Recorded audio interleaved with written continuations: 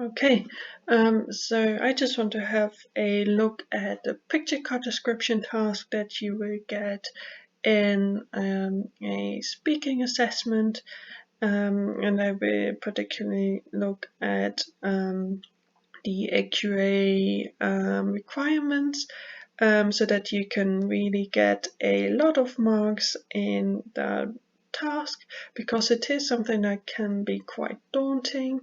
But if you've practiced those kinds of tasks a couple of times and you know what to look out for, then it should actually be quite doable, and you should be able to get a lot of marks for that task. So I know that there are a lot of different things that you need to juggle, and that can be quite difficult because you need to respond quite quickly.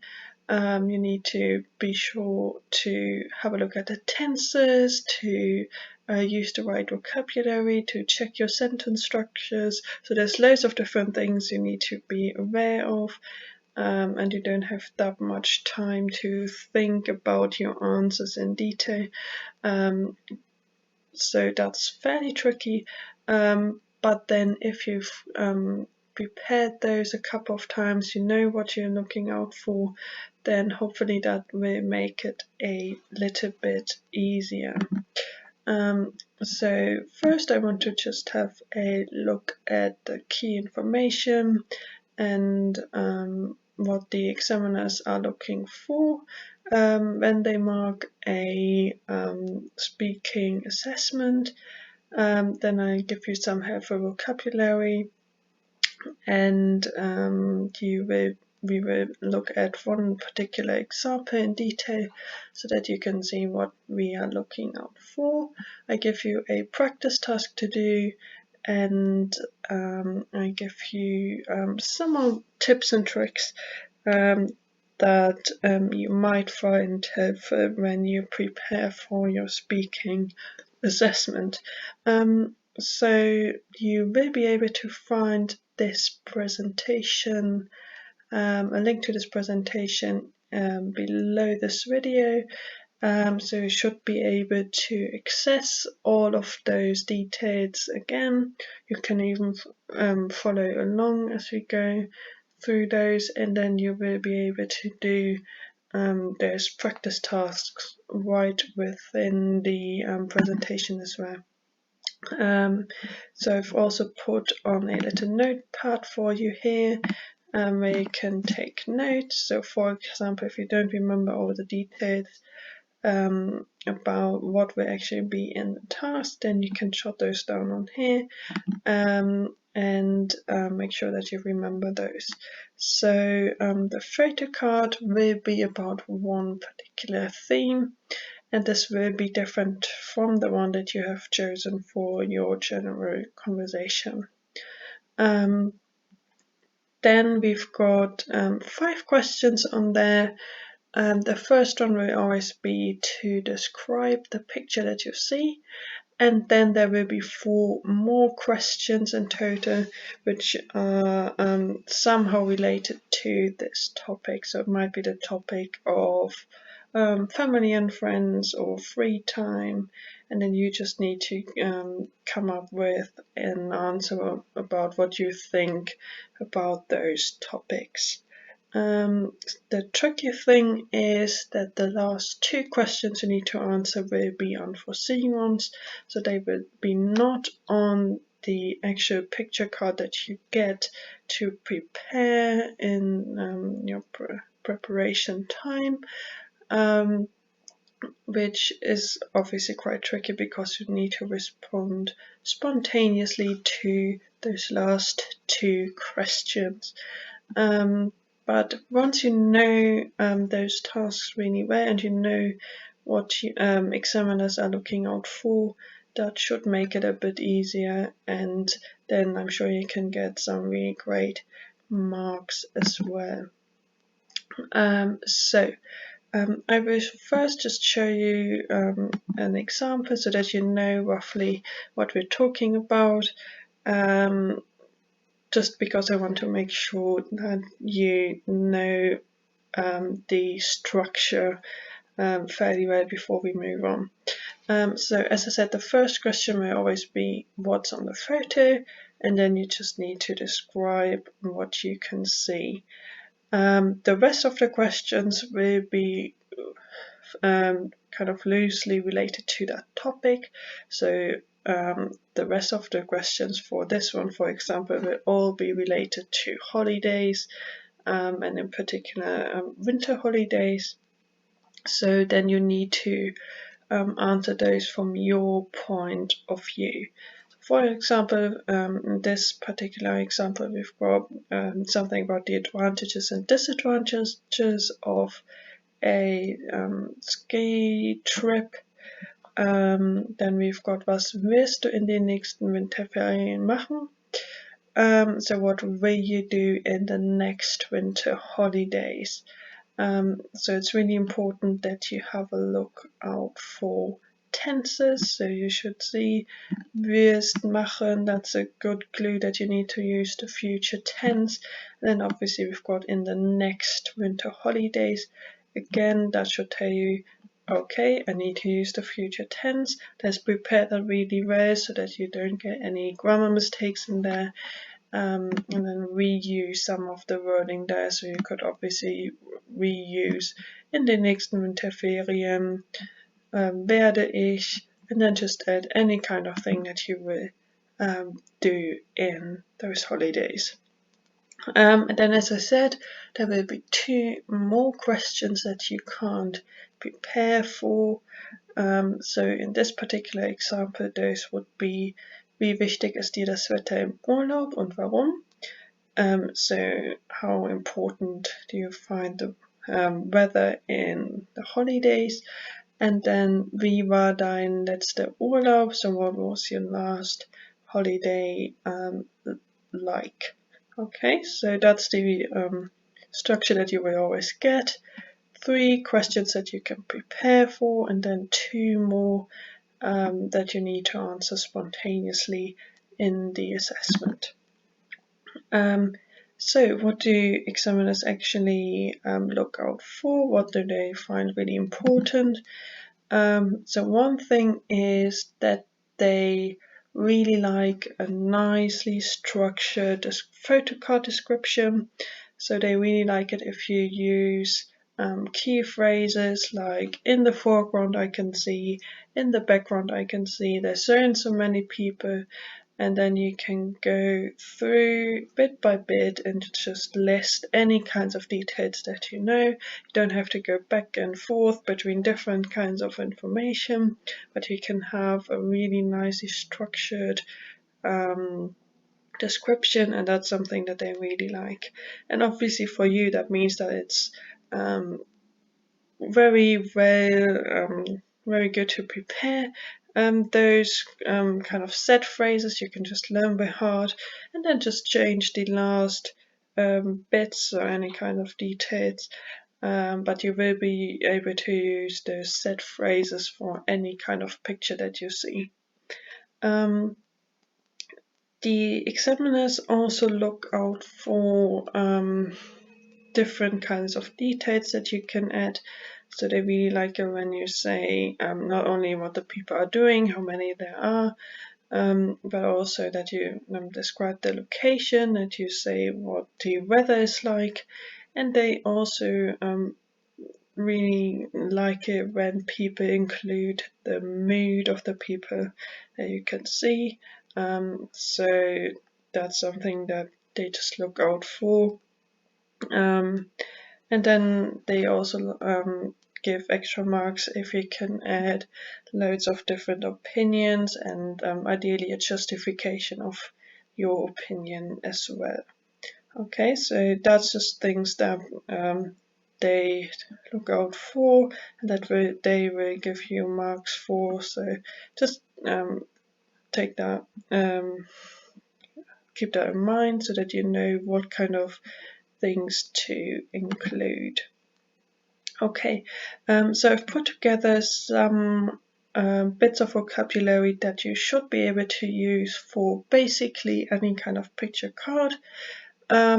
Most of the time you will find that the picture cards are very similar. There's always just 4 or 5 people there doing something. Most of them are always happy, smiling as well, and it's just a location that might be a little bit different.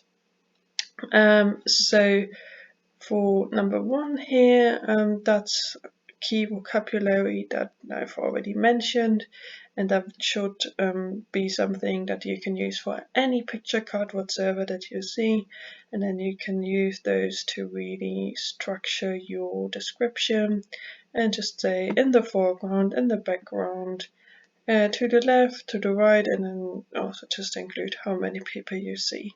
I've put the vocab on here, but obviously it's would be nice if you already know those, so you might pause the video for a moment if you want, and then just see how many of those bits of vocab you already remember, because those are ones that are really important for the picture card task, but obviously some of those you won't really see in other tasks very often, like Mädchen and Junge, for example, you probably won't find too often in reading tasks or writing tasks, but they obviously do come up very often in picture cards, and then it's great if you can use those. Okay, so again, I've put those on here. If you just have a look at those. Mädchen obviously is girl, Junge is boy,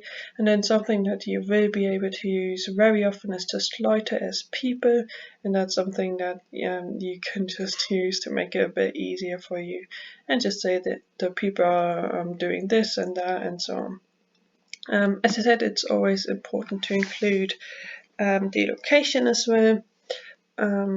So I'd say it's like 50% of all picture cards are somewhere inside, so you could use different rooms. So Zimmer is a room, it might be in the school somewhere, or then there's also quite a few picture cards where people are outside somewhere in the park or a garden or some forest or something like that. So those are the key bits that you will find most often. There might sometimes be a couple of exceptions, but those tend to be the ones that you'll find most often. As I already said a couple of times now, examiners really like it when you can include lots of different details, and ideally as well what mood the people are having, because that's an opinion, it's also a detail, and then obviously those are vocabulary bits that you don't tend to see that often, so that will get you some extra marks as well for having really nice advanced language in there. So obviously you've got fröhlich is happy, traurig is sad. Gelangweilt you should obviously recognize, but just make sure that you use this form. Gelangweilt would be to be bored, and that's obviously not the same as langweilig, which would be boring. Okay, so you don't want to say that people are boring, they are just looking bored, for example. Okay, and then we've got müde, which would be tired, and wütend is angry. But as I said, most of the time people in the picture cards will actually look really quite happy, so that's the most common one, just to say fröhlich. And this is something you should always be able to include as well. Any kinds of vocabulary related to appearance are really helpful, because you can just learn 1 or 2 set phrases. For example, hat kurze Haare, and then you can use that for a lot of different picture cards, and use that as detail.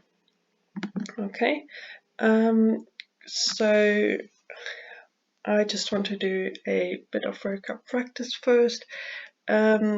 you can either just pause this video and have a go at those, or if you actually access the presentation using the link below, you can actually use this and do the drag and drop task yourselves on your devices. So I just give you a bit of time, and then in a second we start and check those. Okay, so ein Junge should be a boy, ein Mädchen is a girl, then we've got ein Gebäude is a building, or obviously Gebäude would also be the plural. So we've got Gebäude for buildings, Wald is forest, then we've got Fluss would be a river. I think the last two are not too common, but they do come up sometimes, and then people struggle with those, so I've just included them on here. Leute is something you can use for pretty much any picture card. That's people. We've got sad, fröhlich is happy. Lachen I haven't mentioned before, that would be to laugh. That's something you will see in pretty much any picture. And last one is müde. Okay, so one more workup task. Again, you can either just pause the video for a second and do the task, or if you've got the presentation, then you can also do the task on here and just connect the dots. You just need to click on those, like for example in Vordergrund I click on the dot, and then I click on the one in the right hand side, so that would be in the foreground. Im Hintergrund is in the background. Auf der linken Seite should be to the left. Auf der rechten Seite then obviously to the right. Sie sehen aus, again that's they look, and you can pair that either with some kind of appearance, or also with a one of those mood verbs that we've learned. So for example, they look happy, sie sehen fröhlich aus. Die Leute, the people, very common one for picture cards. Ich sehe is I see. And then I've got one opinion word on here, so meiner Meinung nach, in my opinion. Again, that's something that examiners really like, if you can use those to add some more details to your descriptions.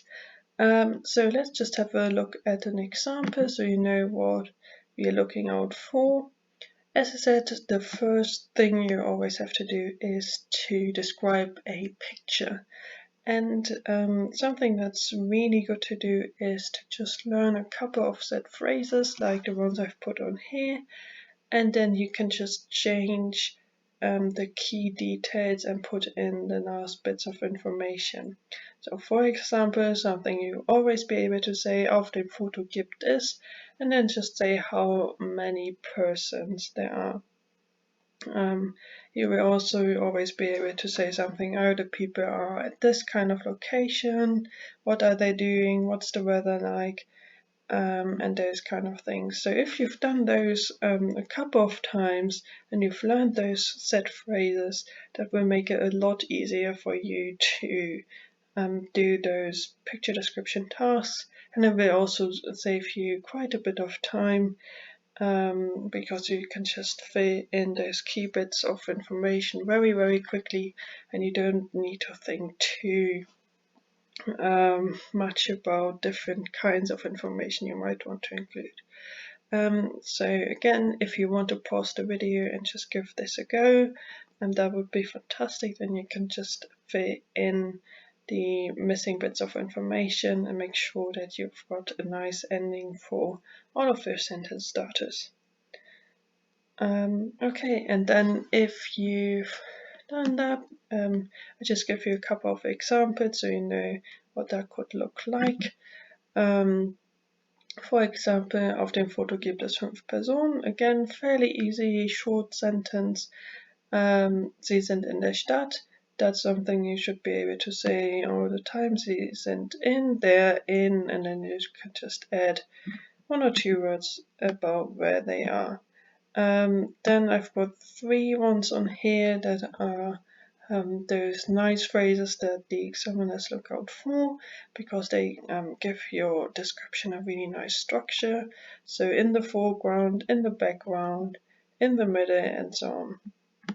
And then something you will always have to include is what is the kind of activity. So in this case, I've just said, oh, the people are shopping. And then we can add some extra bits here that will earn us some extra marks, like the weather is cold, they look happy, and so on. Okay.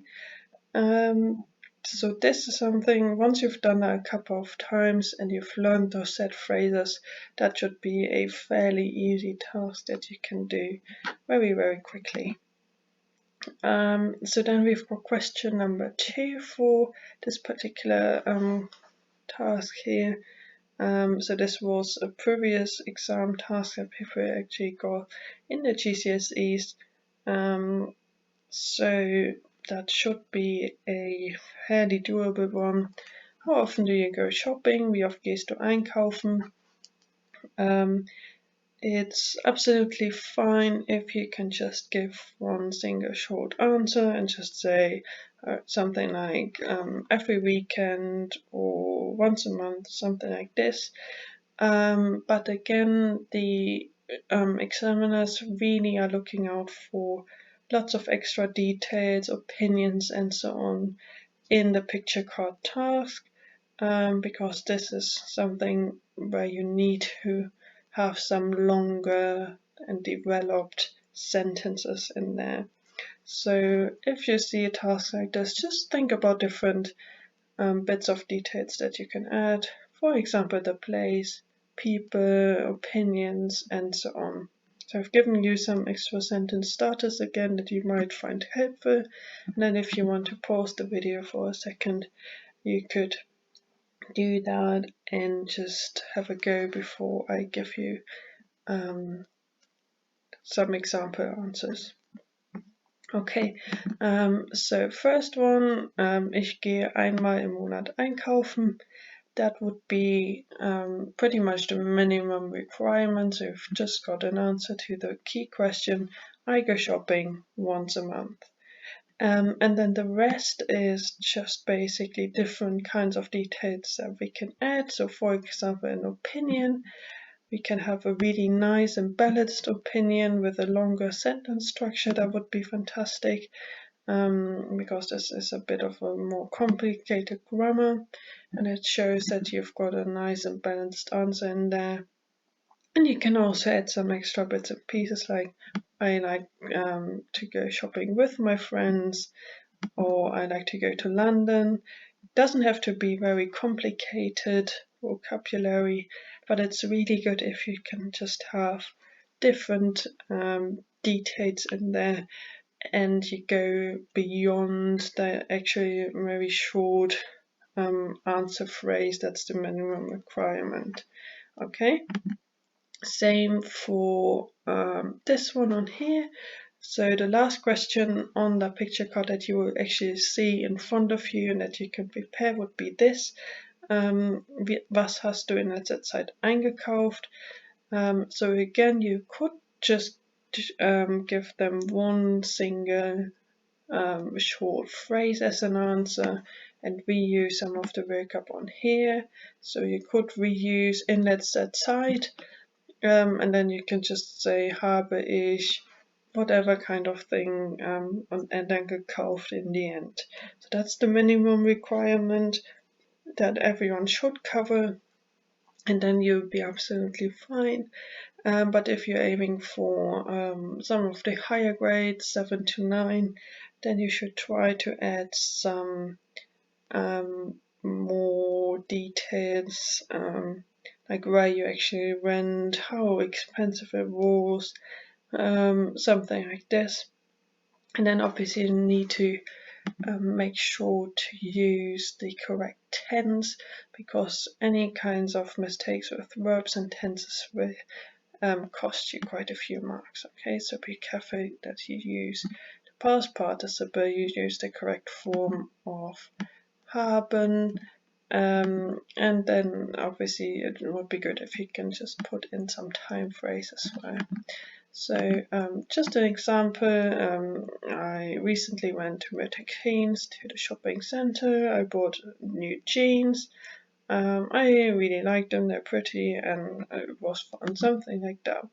Just think of any kind of vocabulary you can say and then just add some different kinds of details. You're not really limited to just answering strictly this kind of questions that you see here. So what did you recently buy? But you can add some more descriptions, like really make this more of a story almost, and that will give you lots of extra marks. Okay, so those would be the 3 questions that you actually can prepare beforehand. And then, as I said, there will always be 2 unforeseen questions that you need to answer spontaneously. So in this case, that would be those 2. Most of the time you find that if you've prepared well for the general conversation and you know a bit about each topic, then that will definitely help you to answer those unforeseen questions. And then you just need to make sure that you pay attention to the questions and the tenses and just give some shortish or answers to those questions. So in this case, wo kann man in deiner Stadt gut einkaufen? You just need to say where you can go shopping in your town. And if you want, you can reuse pretty much the same sentence structure and just add the place on there. Then last one, magst du online shopping? Should be a fairly easy one. Just say, oh, I like it or I don't like it. But then be careful that you include a justification as well, okay? So you can have a go at those if you want, and just pause the video for a second, and then I give you some example answers of what that could look like. So we've got, for example, in my city there's a big shopping center, and then I've just reused all the vocab from the questions where you can go shopping. Okay, and then we've got I find online shopping, just added an opinion, and then I've given a reason on here as well. Okay, right. So, if you want to have a little bit of practice, I've put on the next slide another exam task, a previous exam task. So you might want to just pause this video for a couple of minutes and have a go at those questions. Again, normally it would be the first 3 questions that you actually see on your picture card in front of you and that you can prepare in your preparation time. And then the last 2 questions would be ones that you need to answer spontaneously.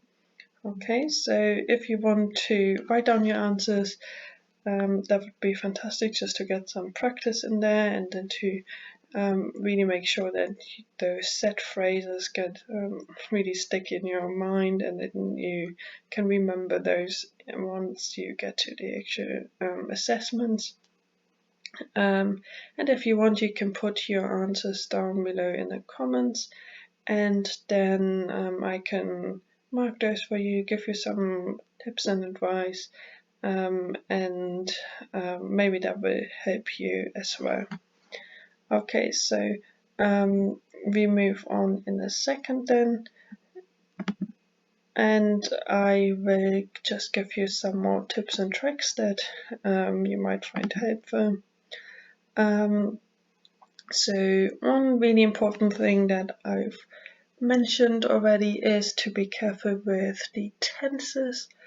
Most of the time you will find that a picture card task covers all three tenses, so that's in about 90% of all cases, those really cover all three tenses.